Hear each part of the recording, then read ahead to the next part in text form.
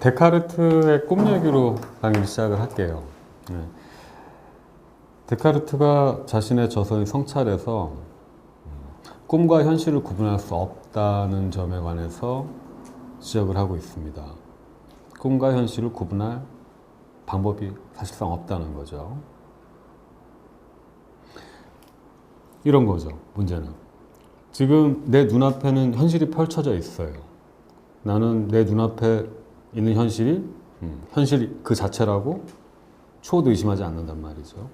지금 그러니까 내가 바라보는 세계가 정말로 존재하고 있다는 거 우리는 보통 의심하지 않는단 말이죠. 내 앞에 있는 물컵 당연히 존재하는 거고, 물병 존재하는 거고, 내가 손을 뻗치면 잡을 수 있고, 뚜껑을 열면 마실 수 있고, 보통 의심하지 않고 현실이 이렇게 돌아간단 말이죠. 근데 데카르트는 묻습니다. 그래, 다 좋다. 네 눈앞에 현실이 있어. 넌 그걸 감각적으로 경험할 수 있어. 오감을 이용해서 듣고 만지고 보고 냄새 맡을 수 있지, 등등등.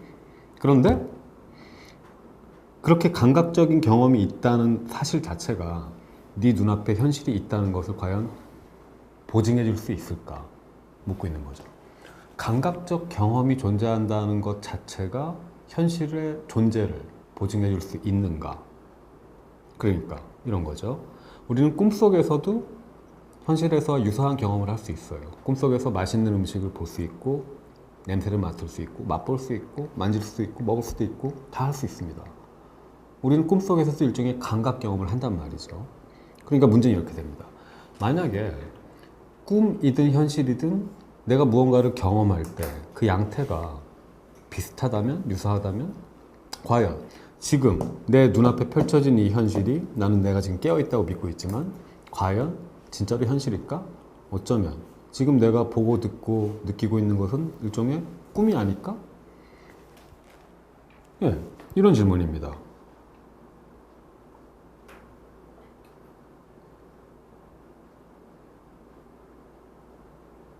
그래서 이 차근차근 이제 데카르트가 이런 문제에 단계적으로 도달해 가는데요.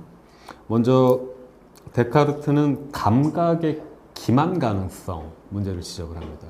감각이 우리를 속일 수 있다는 가능성이요. 일단 우리가 보통 현실을 인지한다고 할 때 우리는 어떤 식으로 인지하는가? 그러니까 우리가 현실을 경험한다, 세계를 경험한다는 것은 항상 감각을 통해서 경험됩니다. 감각 경험을 통해서 우리는 현실을 경험해요. 그러면 감각이라는 것이 현실 경험에서 굉장히 중요한 거겠죠. 그런데 만약에 감각이 우리를 속인다면 어떨까? 묻는 거죠. 감각 경험이 현실 인식에 있어서 굉장히 중요한데 만약에 감각 자체가 우리를 기만한다면 어떨까?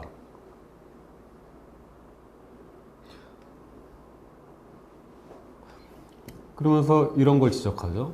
실제로 감각 경험이 우리를 기만하는 경우들이 있다는 점을 언급을 합니다. 데카르트는. 예를 들어 너무 멀리 떨어져 있는 사물은 제대로 안 보일 수가 있어요. 왜곡되게 보일 수가 있죠. 마찬가지로 너무 가까이 사물이 있을 경우 나한테 너무 가까이 있을 때도 우리는 왜곡된 감각 경험을 가질 수 있습니다.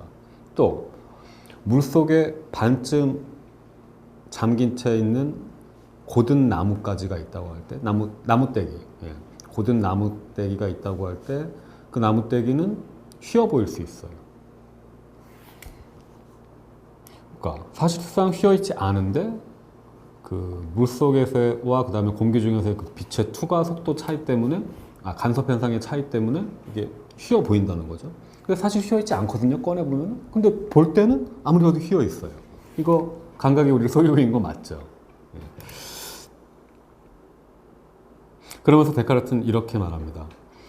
자, 실제로 감각이 가끔 우리를 기만할 때가 있어요. 자라 보고 놀란 것은 소뚜껑 보고 놀란다고. 분명히 자라가 아닌데 자라처럼 보일 때가 있습니다. 소뚜껑이.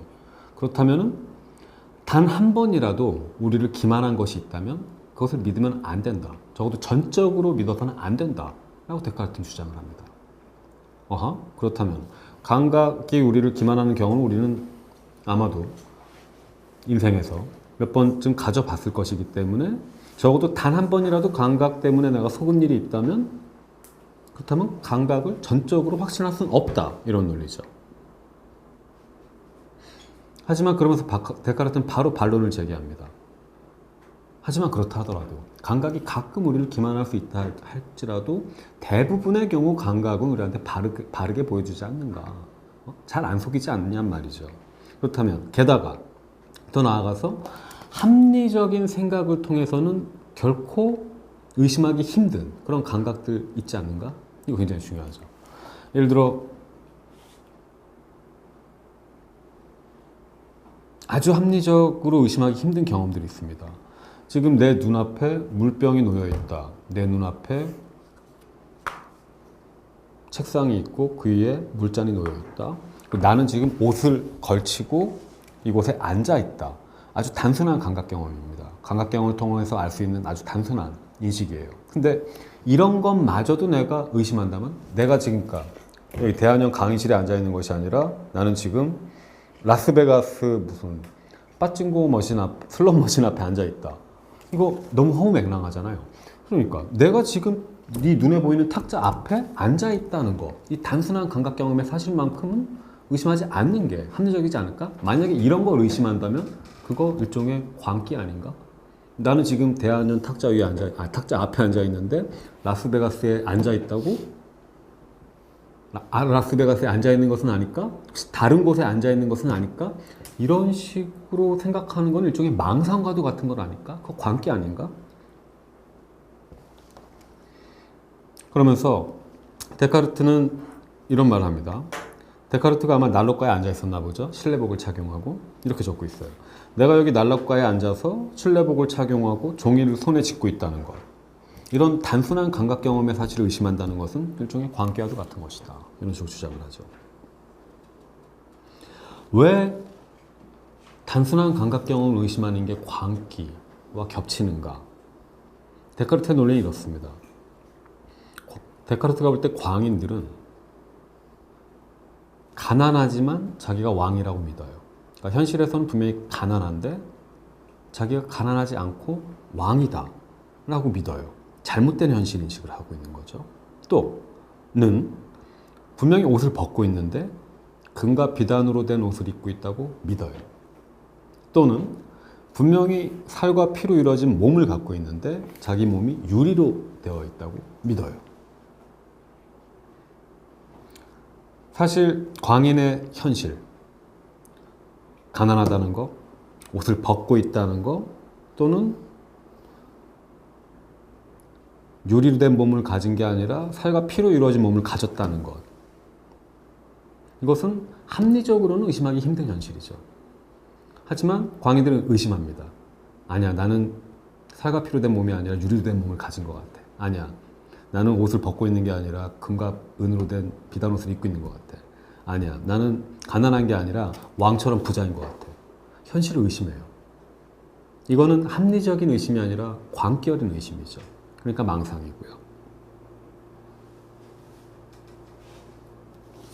그렇기 때문에 데카르트는 만약에 내가 지금 실내복을 입고 난로가에 앉아 있는 거, 이런 단순한 사실, 또는 물병과 물잔이 놓인 대한현 탁자 앞에 앉아 있다는 거, 이런 단순한 사실을 의심한다면 그건 합리적인 의심이 아니라 저 광인들과도 같은 광기 어린 의심이다. 일종의 광기다. 라는 식으로 논지를 펼치고 있는 거죠.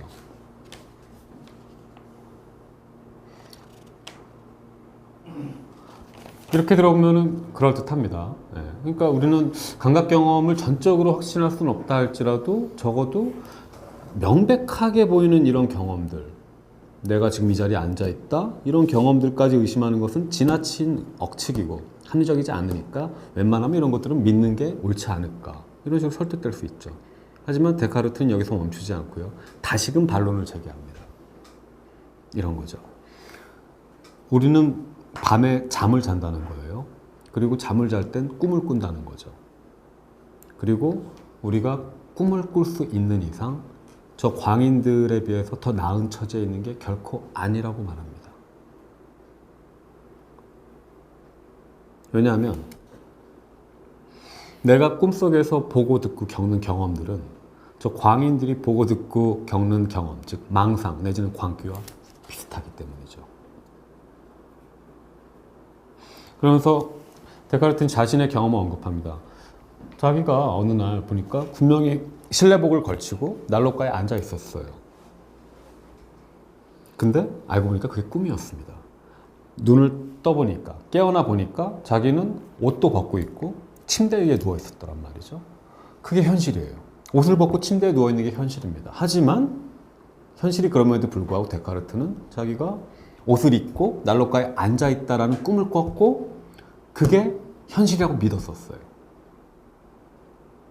이거 광인들의 광기랑 큰 차이가 있나요?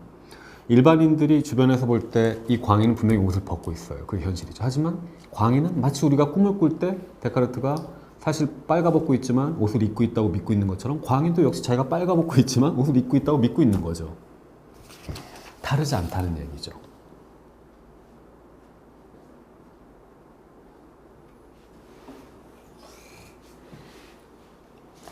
이렇게 데카르트가 꿈과 광기, 그러니까 현실이 아닌 것들이죠. 꿈이나 광기는 비현실적인 것들이죠. 이런 것들을 언급하고 있는 이유는 그 목적은 바로 깨어있는 상태와 잠든 상태, 그러니까 깨어있는 현실과 꿈을 구분할 수 있을 만한 어떤 결정적인 방법이 없다는 것을 보여주기 위해서죠. 그 영화, 디카프리오가 나오는 영화인데 막 남의 꿈에 침입하고 막 그래요. 제목이 생각 안 나네요. 그 인셉션. 인셉션이라는 영화에 보면은 막 남의 꿈에 들어가서 그 꿈에도 층이 있는데 막 밑에 층으로 점점점 심층적인 꿈으로 들어가고 그러다가 꿈에서 헤어나지 못하는 경우도 있고 막 그래서 그러다 보니까 워낙 꿈이 생생하고 현실 같으니까 그 남의 꿈에 침입하는 사람들은 그 자기가 지금 꿈속에 있는지 아니면 현실에 있는지를 알기 위해서 어떤 도구가 있습니다. 그리고 거기서는 무슨 부적 같은 거라고 부르는데 이 명칭은 생각 안 나고. 그래서 예를 들어 디카프리오는 팽이를 갖고 다녀요. 그래서 팽이를 돌립니다. 그래서 이게 계속 돌고 멈추지 않으면은 그건 꿈이에요. 반면에 이게 만약에 돌다가 현실에서처럼 그냥 쓰러져 버리면 그건 현실이다. 이런 식으로 구분을 하는데요. 우리한테는 그런 게 없죠. 네. 그건 영화니까 그런 게 있는 거고. 팽이 같은 게. 우리한테는 꿈과 현실을 구분할 수 있는 팽이가 없습니다. 그러니까 결국 사실 우리는 지금 이 순간조차도 우리는 이 순간에 이 눈에 보이는 현실이 꿈인지 아니면 현실인지 결정적으로 확증할 방법은 갖고 있지 않아요.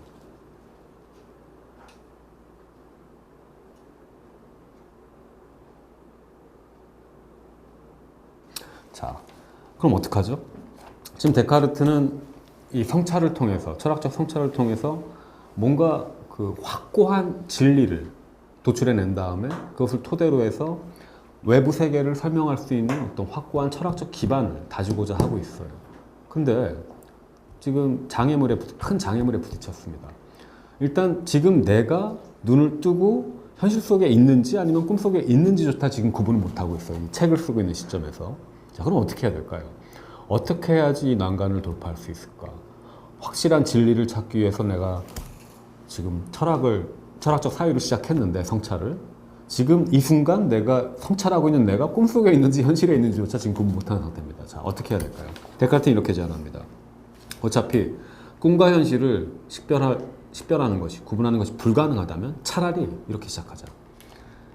지금 내가 현재 감각하고 있는 이 현실이 꿈이라고 믿자. 애초부터 이것이 현실이라고 믿고 출발하는 것이 아니라 확고한 철학적 진리에 도달하기 위해서는 이 순간, 내가 철학하고 있는 이 순간이 바로 꿈이라고, 일종의 잘못된 환영이라고, false illusion이라고 가정을 하고 출발을 하자라고 제안을 합니다. 나름 효과적인 방법이죠. 이걸 방법적 회의 또는 방법적 의심이라고도 하는데요. 말하자면 이런 겁니다. 데카르트는 지금 이 순간 내가 미쳤다 또는 이 순간 내가 꿈을 꾸고 있다라는 전제에서 출발하고자 하는 거예요. 꿈속에서 데카르트는 철학적인 사유를 수행하겠죠.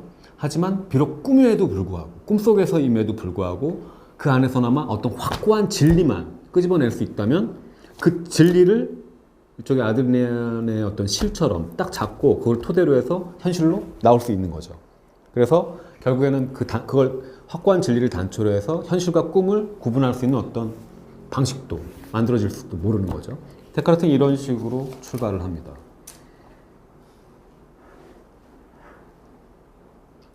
말하자면 데카르트는 철학을 하기 위해서 지금 우리가 처해 있는 이 현실을 꿈이라고 생각을 해보자는 거죠.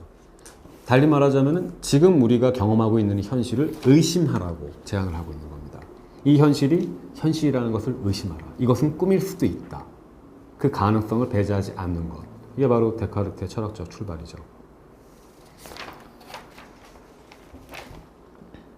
자, 뭐 그렇게 출발해서 이제 데카르트가 악령가설 끌어들이고 그 다음에 나는 생각한다, 나는 존재한다, 뭐 여러 가지 이제 과정을 통해서 결국 이제 어떻게 내가 타인들과 연관되어 있고 그 관계를 신이 보증해 주는가 뭐 그런 구체적인 논의는 우리한테 지금 필요가 없고요. 중요한 거는 일단 지금 데카르트는 현실을 의심하고 있다는 거죠. 그게 철학의 출발점이에요.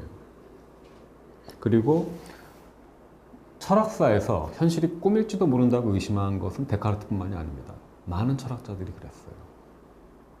전통적으로 서양 철학에서 많은 철학자들은 항상 참된 현실이 무엇인지를 물었습니다. 또는 궁극적 실제가 무엇인지, 참된 실제가 무엇인지를 물었어요. 그러는 가운데 우리가 살아가고 있는 이 감각적 현실을 의심을 했어요. 어쩌면 내가 지금 살아가고 있는 이 변화하는 감각적 현실은 참된 현실이 아닌 것은 아닐까. 말하자면 현실에 대한 의심 자체가 철학의 출발점이었던 셈이죠. 그리고 이러한 철학적 전통 하에서 현대 철학자들도 예외가 아닙니다. 그래서 오늘 우리가 다루게 될 보드리아르, 장 보드리아르, 이 사람도 장씨네요, 저처럼. 보드리아르 같은 경우 우리가 살아가고 있는 이 현실은 사실 실제가 아니라고 주장을 합니다. 우리는 현실에서 살아가는 것이 아니라 시뮬라크르 속에서 살아가고 있다고 제안을 합니다. 그러니까 말하자면은 보드리아르는 우리가 살아가고 있는 이 자본주의적 현실이 일종의 시뮬라크라는 기호적 환영 내지는 기호적 꿈이 아닌지 물었던 거죠.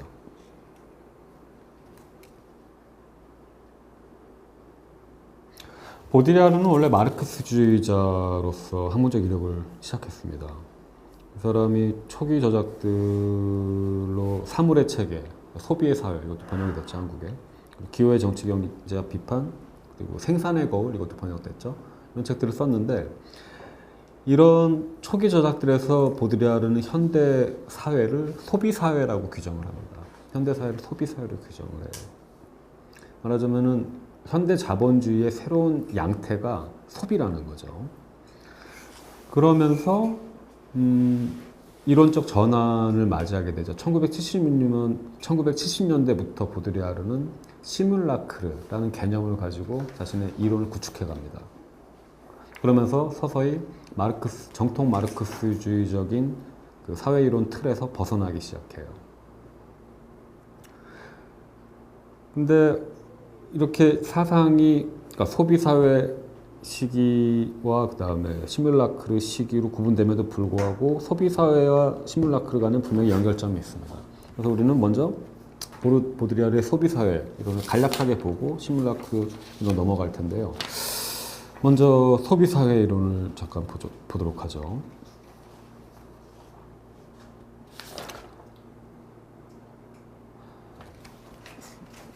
마르크스가 교환 가치와 시장의 발달에 관해서 그 세 가지 단계를 구분했었어요.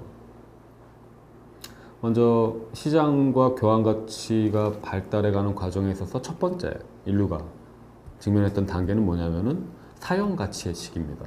이 단계에서는 상품의 사용 가치가 상품의 교환 가치보다 훨씬 중요했어요. 그러니까 말하자면 교환 가치 자체가 아직 본격적으로 등장하기 전의 단계죠. 두 번째 단계는 어떤 단계냐면은 상품의 교환 가치가 사용 가치보다 더 중요해지는 단계입니다. 왜냐하면 이 시기가 되면은 산업 생산에 의해서 생산된 생산품들, 그러니까 거의 모든 재화들이 시장에서 교환되기 때문이죠. 교환되기 위해서는 교환 가치가 중요해지죠. 자, 그리고 마지막으로 세 번째 단계가 있는데 이걸 마르크스는 산업 생산 단계 이후, 그러니까 교환 가치가 득세하던 단계 바로 이후에 오는 마지막 단계라고 봤습니다. 이 단계에 오면 어떤 현상이 벌어지냐면은 그 전 단계에서는 교환할 수 있는 상품으로 간주되지 않았던 것들마저도 교환할 수 있는 상품으로 간주가 됩니다. 그래서 팔려요. 사고 팔립니다. 예를 들어 지식, 도덕성, 애정 이런 것들까지도 교환 가치의 영역으로 포섭이 되어버립니다. 그래서 말하자면 그 교환 가치를 토대로 한 시장 논리가 단순한 그 물리적인 생산물뿐만 아니라 정신적인 것들, 말하자면 문화의 영역까지 다 잠식해버렸다라고 마르크스는 보는 거죠. 이 세 번째 단계를 마르크스는 총체적 부패의 단계라고 지칭합니다.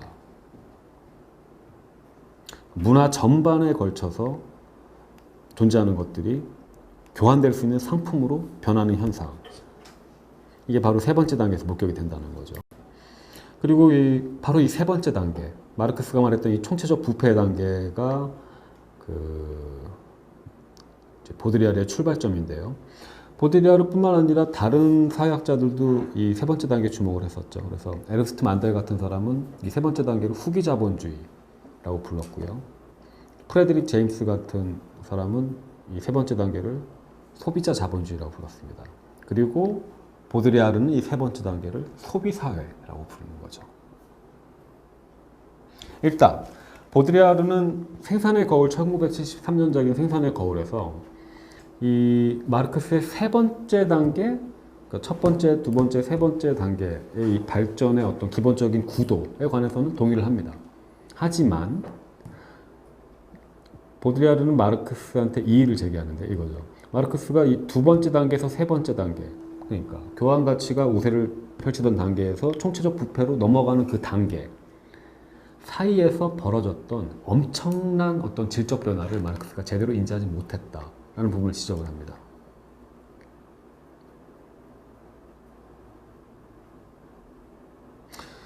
엄청난 질적 변화, 무엇을 말하는 걸까요?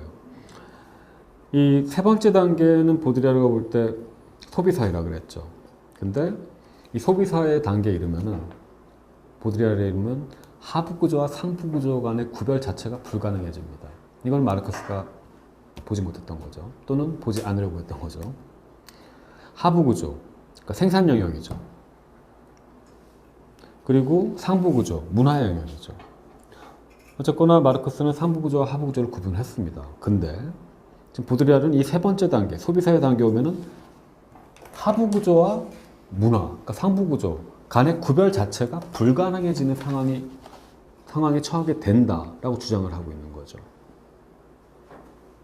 왜냐하면 소비사회에서는 보드리아르가 볼 때 물질적인 상품만 생산되는 게 아니라 문화 전체가 마치 상품처럼 생산되기 때문이죠. 성행위, 인간관계, 환각, 개인의 충동. 개인의 충동은 무의식과 관계가 있죠. 이런 것들이 다 생산된다는 겁니다. 이 말은 결국 문화적인 것들, 상부구조에 속하는 모든 것들이 상품 교환의 논리에 종속되어 있다는 걸 뜻하죠. 그렇기 때문에 이 단계로 오면은 보드리아르가 볼 때 소비사회에서는 상부구조에 속한 모든 것들이 다 교환 가능한 상품이 됩니다. 또는 소비 가능한 상품이 되는 거죠. 모든 것들을 소비할 수 있게 돼요.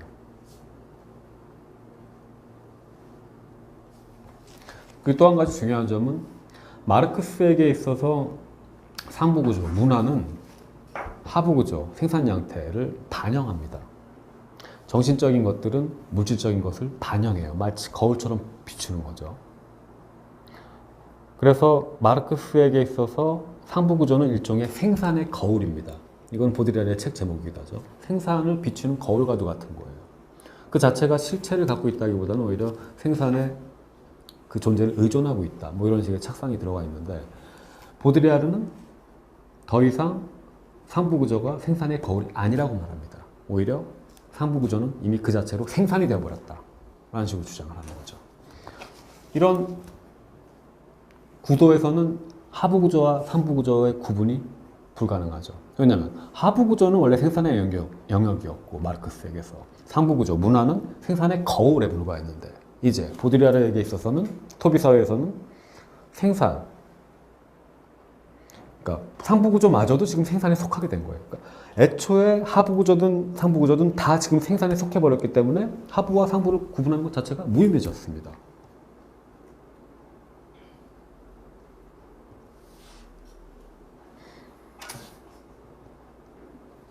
그러니까 보드리아르는 이렇게 보는 거죠. 사회를 상부와 하부로 나눠서 보는 그런 틀을 가진 기존의 사회이론적 접근으로서는 현대 사회를 올바르게 분석할 수 없다는 거예요. 그러니까 기존의 정통 마르크스주의적인 어떤 사회 구성체론 또는 정치 경제학적 관점으로는 더 이상 우리의 이 현실, 그러니까 소비 사회를 제대로 분석할 수 없다. 한계가 많다. 이런 거죠. 그러니까 오히려 상하부 구조가 사라진, 구분 불가능하게 된 그 현실을 직시하는 그런 관점이 필요하다. 이게 바로 보드리아르의 제안입니다. 자, 그러면서 보드리아르는 마르크스주의 이론을 살짝 수정하는데 이때 소시르의 기호학을 끌어들입니다. 언어학자인 페르디낭 소시르의 기호학을 끌어들이는데 이때 보드리아르는 이런 주장을 하는 거죠. 마르크스가 말했던 그 생산 양식이 오늘날 소비사회에서는 기호작용의 형식으로 이행했다. 달리 말하면 오늘날은 더 이상 생산 양식이 있는 게 작용하고 있는 것이 아니라 오히려 기호작용의 양식이 작동하고 있다라는 주장이죠. 달리 말하면은 소비사회라는 것은 결국 기호의 질서에 의해서 움직이는 사회다라는 것이 결국 보드리아르의 근본 주장입니다. 그래서 이 보드리아르의 소비사회 이론을 우리가 이해하기 위해서는 소시르의 기호학에 대한 참조가 굉장히 중요한데요. 일단 먼저 잠시 소시르의 기호학을 살펴보도록 하죠.